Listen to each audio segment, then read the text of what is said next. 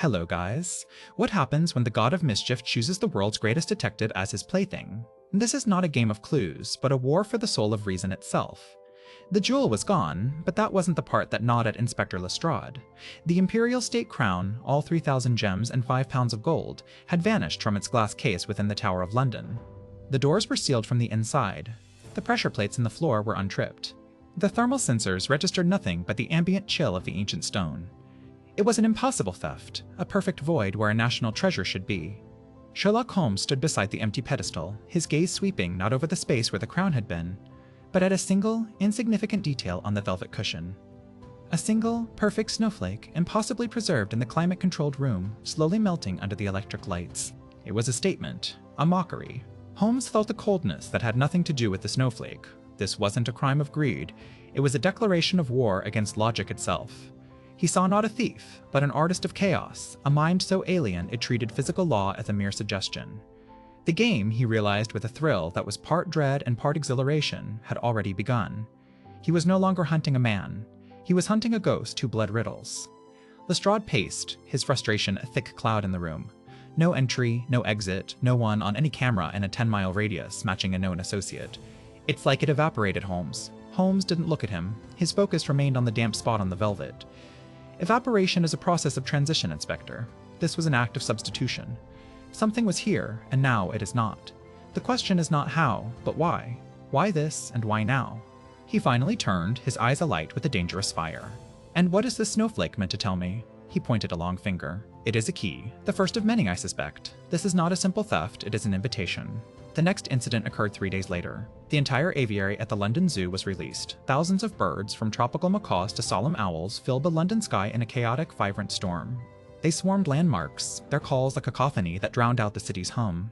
In the center of the empty aviary, amidst a flurry of discarded feathers, lay a single, scorched chess piece, a knight, burnt as if by lightning. Holmes stood at the scene, the chaos outside a mere backdrop to the silent battlefield in his mind. A snowflake, a symbol of winter and ice, of Jotunheim. A knight, the only piece that moves in an L shape, a crooked, unpredictable path. He saw the pattern emerging, not in the crimes themselves, but in the language of the clues. This was mythology bleeding into reality. He wasn't just connecting dots, he was translating a dead language of divine mischief. This being, this Loki as the press had sensationally dubbed the Phantom, wasn't just committing crimes. He was telling a story, and Holmes was the intended audience. The being who called himself Loki watched from a rooftop across Regent's Park, a smirk playing on his lips. He wore the face of a nondescript accountant, one of 1,000 gray men who scurried through the city's veins. The sheer, beautiful anarchy of it all was intoxicating. For centuries, he had played his games with gods and monsters, beings of predictable pride and brute force. But this mortal, this Holmes, was different. His mind was a fortress of pure reason, a structure so rigid and perfect it begged to be shattered. The snowflake, a nod to his frost giant lineage. The knight, a symbol of his own cunning, his indirect attacks. It was a conversation, a seduction of the intellect. He wanted Holmes to see him, to understand the glorious, beautiful chaos he represented. He wanted the detective not merely to catch him, but to comprehend the futility of his own ordered world. He wasn't a villain in this story, he was the liberator, here to free this brilliant mind from the prison of its own logic. This was not about theft or mayhem. It was about conversion. Sherlock retreated to 221B Baker Street, the city's chaos a distant hum. He filled a blackboard with the facts. Tower of London, crown gone, snowflake left. London Zoo, birds freed, burnt knight left. There was no logical thread, no MO, no forensic link. It was maddening. He felt like a man trying to map the wind.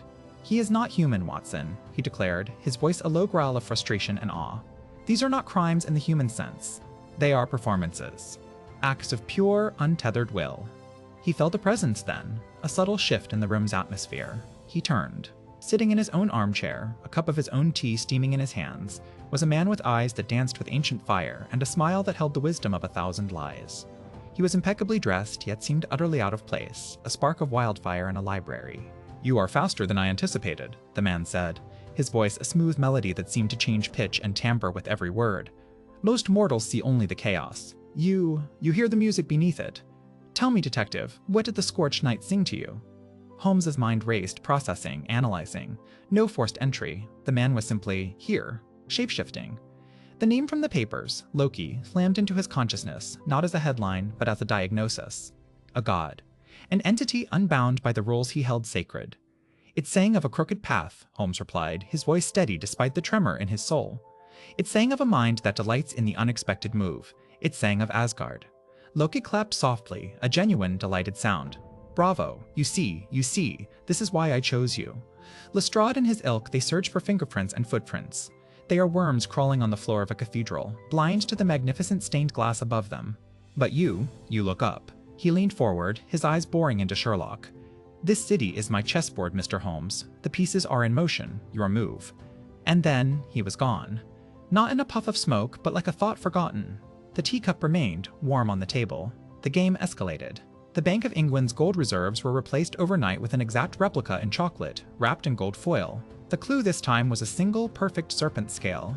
Then, the gears of Big Ben were filled with honey, its chimes silenced, replaced by the buzzing of 1,000 bees. At the base of the tower, a single golden apple. Each act was a masterpiece of impossibility, a middle finger to the laws of physics. Each clue was a perfectly tailored piece of the puzzle, a breadcrumb of myth leading Holmes deeper into the labyrinth of his adversary's mind. Sherlock worked relentlessly, the line between his world and Loki's blurring. He wasn't sleeping. He was consuming ancient Norse texts, cross-referencing mythological patterns with the unfolding chaos. He wasn't just a detective anymore. He was an academic of the impossible, the world's only expert on the criminal application of divine power. He realized Loki wasn't just playing. He was testing him, pushing him to abandon the sequential A to B logic that had defined his life. Loki was forcing him to think in curves, in symbols, in paradoxes. The serpent scale, Jormungandr, Loki's monstrous son. The golden apple, a gift of Idun that granted immortality, a taunt about the fleeting nature of mortal life. It was a psychological assault. Loki wasn't trying to beat him in a game. He was trying to break him, to shatter his belief in a rational universe and rebuild him in his own chaotic image. The cost was becoming clear. To win this game, Holmes had to learn to think like a god of chaos, and he feared what part of himself he might have to sacrifice to do so. He had to betray his own mind. The final act was breathtaking in its audacity. London awoke to silence, not the quiet of a sleeping city, but a profound, unnatural stillness. Every engine had stopped, every electrical current had ceased. The digital pulse of the modern world was flatlined. In the dead center of Trafalgar Square, a new statue had appeared. It was an exquisite, terrifying sculpture of a wolf, wrought from what looked like pure, solidified shadow, its jaws open in a silent howl. And chained to it, looking bored and faintly amused, was Loki himself, stripped of his disguises. He wore simple, modern clothes, but the power radiating from him was palpable, a low hum in the dead air. Sherlock Holmes walked through the silent crowds, a lone figure of purpose in a world struck dumb. He approached the statue, his face a mask of cold calculation. He had solved it. The final piece wasn't a clue, but the absence of one. The silence. The stopping of the world. It was a demonstration of absolute power. And the wolf, Fenrir, another of Loki's children, destined to bring about the end of the world, Ragnarok. This was the endgame. You've stopped the world, Holmes said, his voice cutting through the silence. A temporary measure, Loki replied with a shrug. I wanted your undivided attention. No more riddles, no more games. Just a simple question. I can restart it all, or I can let it stay this way. A perfect, silent canvas. A world free from the tyranny of progress, the relentless noise of human ambition. A world of pure potential. Your choice, detective. Order or chaos. This was the true test, not a puzzle box, but a moral choice. Restore the flawed, noisy, striving world, or accept the clean, silent slate offered by a mad god. Holmes looked at the silent crowds, their faces a mixture of fear and wonder. He looked at the unmoving cars, the dark screens. He saw the world stripped bare, and in its place he saw the raw, terrifying beauty of Loki's vision. For a fleeting second, he understood the appeal of the void, but it was an illusion. There is no choice, Holmes said, his voice ringing with absolute certainty. This isn't chaos. This is stasis. This is death. You offer a silent canvas, but you would be the only one holding the brush. You mistake anarchy for freedom. True freedom lies in the struggle, in the noise, in the relentless, messy, imperfect pursuit of progress. You haven't offered a choice between order and chaos. You've offered a choice between a flawed existence and a perfect non-existence. I choose the struggle. Loki's smile faltered, replaced by a look of profound, ancient weariness. He had not expected this. He had expected a debate, a bargain, a collapse of the detective's rigid worldview. He had not expected a simple, unwavering affirmation of it. He had shown a mortal the strings of creation, and the mortal had chosen his cage. You are a magnificent, stubborn fool, Sherlock Holmes, Loki whispered. He raised his hand. You have won. You have answered the final riddle. The answer was yourself, the unwavering core of you. The air shimmered. The distant hum of electricity returned. A car horn blared. The world snapped back into existence. Loki was gone, the Shadow Wolf statue dissolved into nothingness. The chains lay empty on the ground. Sherlock Holmes stood alone in the center of the square as London roared back to life. He had won. He had faced down a god and bent him to the power of pure reason. But a sliver of the god's perspective remained, a haunting echo in the quiet corners of his mind. He would forever see the cracks in the logic of the world, the beautiful, terrifying potential for chaos lurking just beneath the surface. He had saved his world but lost his certainty. The game was over, but the god's lesson would haunt him for the rest of his days.